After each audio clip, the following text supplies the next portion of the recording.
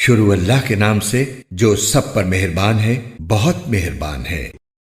कसम है उन घोड़ों की जो हाँफ हाँफ कर दौड़ते हैं, फिर जो अपनी टापों से चिंगारियां उड़ाते हैं, फिर सुबह के वक्त यलगार करते हैं, फिर उस मौके पर गुबार उड़ाते हैं, फिर उसी वक्त किसी जमघटे के बीचों बीच जा घुसते हैं कि इंसान अपने परवरदिगार का बड़ा नाशुक्रा है और वो खुद इस बात का गवाह है।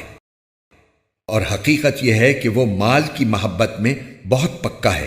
भला क्या वो वक्त उसे मालूम नहीं है जब कब्रों में जो कुछ है उसे बाहर बखेर दिया जाएगा और सीनों में जो कुछ है उसे जाहिर कर दिया जाएगा। यकीनन उनका परवरदिगार उस दिन उनकी जो हालत होगी उससे पूरी तरह बाखबर है। मुफ्ती मोहम्मद तकी उस्मानी।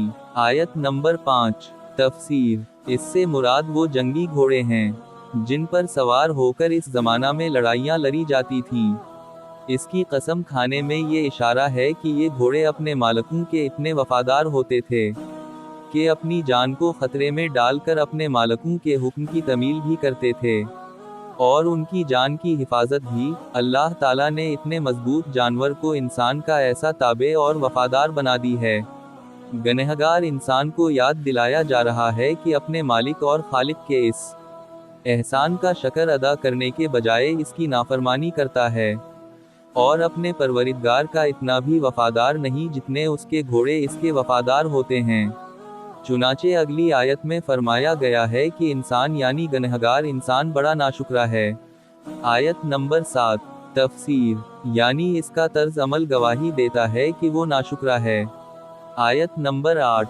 तफसीर। इससे मुराद माल की वो मोहब्बत है जो इंसान को अपने देनी फराइज से गाफिल कर दे या गुनाहों में मुब्तला कर दे। आयत नंबर 10। तफसीर।